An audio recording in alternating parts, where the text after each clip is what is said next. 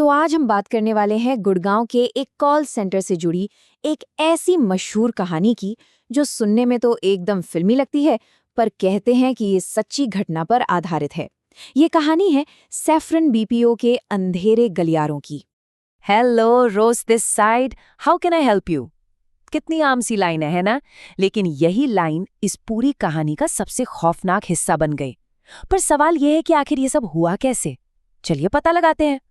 कहानी की शुरुआत होती है गुड़गांव के सैफरन बीपीओ से। जरा सोचिए, रात की शिफ्ट का वक्त, एक बहुत बड़ा हॉल जहां सिर्फ कंप्यूटर स्क्रीन्स की हल्की हल्की रोशनी है और कानों में लगी हेडसेट से बस धीमी धीमी आवाजें आ रही हैं। दिन के शोर शराबे से एकदम अलग ये जगह रात में एक बिल्कुल ही अलग और कुछ ज्यादा ही खामोश दुनिया बन जाती थी। इसी माहौल में इस कहानी को बताने वाले और उनके दोस्त समर काम करते थे, और ठीक उनकी बगल वाली सीट पर बैठती थी एक लड़की रोज। बेहद शांत लेकिन बहुत खूबसूरत। रोज अपने आप में ना एक पहेली जैसी थी। वो ऑफिस की स्टार परफॉर्मर थी, हमेशा टाइम पर आती और किसी से फालतू बात किए बिना बस अपने काम में लगी रहती थी। अगर कभी किसी से उसका इंटरेक्शन होता भी तो वो बस एक हल्की सी रहस्यमयी मुस्कान देकर रह जाती।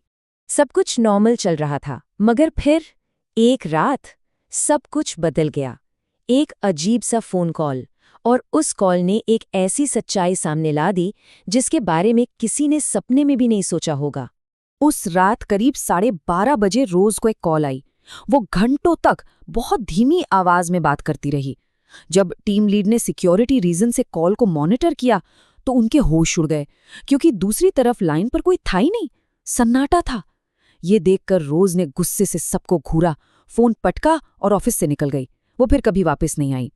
3 दिन बाद जब टीम लीड उसके दिए हुए एड्रेस पर पहुंचा तो वहां जो पता चला उसने सबके पैरों तले जमीन खिसका दी। उसके पेरेंट्स ने बताया कि रोज की मौत तो 8 साल पहले ही हो चुकी थी। इस एक बात ने सबके दिमाग में एक ही भयानक सवाल खड़ा कर दिया। अगर रोज 8 साल पहले मर चुकी थी तो फिर हमारे साथ काम करने वाली वो लड़की कौन थी? इस खुलासे के बाद ऑफिस की वो खामोशी अब डरावनी लगने लगी थी। लोगों की कानाफूसी में अब हैरानी नहीं बल्कि एक अजीब सा डर था, और ये डर धीरे धीरे पूरे फ्लोर पर फैलने लगा।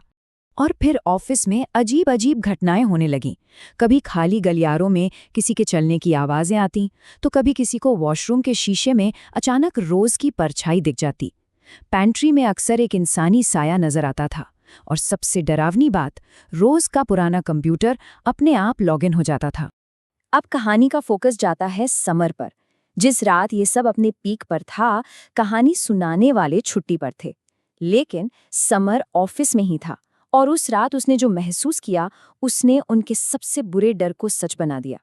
समर की शिफ्ट बस खत्म होने ही वाली थी कि उसके डेस्क का फोन बजा। उसने कॉल उठाया और दूसरी तरफ से वही जानी पहचानी ठंडी सी आवाज आई, hello Rose this side, how can I help you.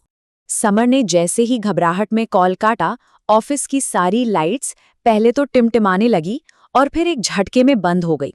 पूरे फ्लोर पर घना अंधेरा। बाहर से आ रही हल्की रोशनी में समर ने जब रोज की डेस्क की तरफ देखा तो उसके रोंगटे खड़े हो गए। रोज की खाली कुर्सी धीरे धीरे अपने आप घूम रही थी। इसके बाद जो हुआ वो शायद समर की जिंदगी का सबसे खौफनाक मंजर था। वो भागकर लिफ्ट में घुसा घर जाने के लिए। ग्राउंड फ्लोर का बटन दबाया, लेकिन जब लिफ्ट के दरवाजे खुले तो सामने बीपीओ का एग्जिट नहीं बल्कि एक कब्रिस्तान था, और वहां कब्रों के बीच से ज़ॉम्बी जैसे लोग निकलकर उसे घूर रहे थे। और उन्हीं मुर्दों के बीच रोज खड़ी थी। इससे पहले कि समर का दिमाग कुछ समझ पाता, रोज की आवाज उसके कानों में फुसफुसाई, मुझे तुम बहुत पसंद हो समर, आजकल हाय क्यों नहीं बोलते। अगली शिफ्ट के लोगों को समर लिफ्ट के कोने में बेहोश मिला। उस डरावनी रात के बाद समर और कहानी सुनाने वाले ने एक पल भी वहां रुकना सही नहीं समझा। उन्होंने फौरन नौकरी छोड़ दी और कसम खाई कि उस मनहूस बिल्डिंग की तरफ दोबारा मुड़कर भी नहीं देखेंगे। कुछ महीने बाद एक और बात सामने आई जिसने इस पहेली के कुछ टुकड़ों को जोड़ा। पता चला कि जिस जमीन पर सैफरन बीपीओ बना था वहां पहले कब्रिस्तान हुआ करता था। शायद रोज उसी कब्रिस्तान से जुड़ी कोई भटकती हुई आत्मा थी। महीने बीत गए। समर ने एक नई जगह नौकरी भी शुरू कर दी थी, लाइफ धीरे धीरे पटरी पर लौट रही थी, या कम से कम उसे ऐसा लग तो रहा था। फिर एक रात उसके फोन पर एक अननोन नंबर से कॉल आया। उसने कॉल उठाया, दूसरी तरफ कुछ पल की खामोशी, और फिर वही ठंडी आवाज, वही line, hello Rose this side, how can I help you. लेकिन सबसे ज्यादा हैरान करने वाली बात ये नहीं थी। बात ये थी कि कॉलर आईडी पर जो नंबर चमक रहा था वो अब बंद पड़ चुके वीरान सैफरन बीपीओ के ऑफिस का लैंडलाइन नंबर था। तो ये कहानी हमें एक सवाल के साथ छोड़ जाती है। अगर कोई जगह वीरान हो भी जाए तो क्या वहाँ की कहानियाँ सच में खत्म हो जाती हैं, या फिर वो बस कॉल करने का कोई नया तरीका ढूंढ लेती हैं।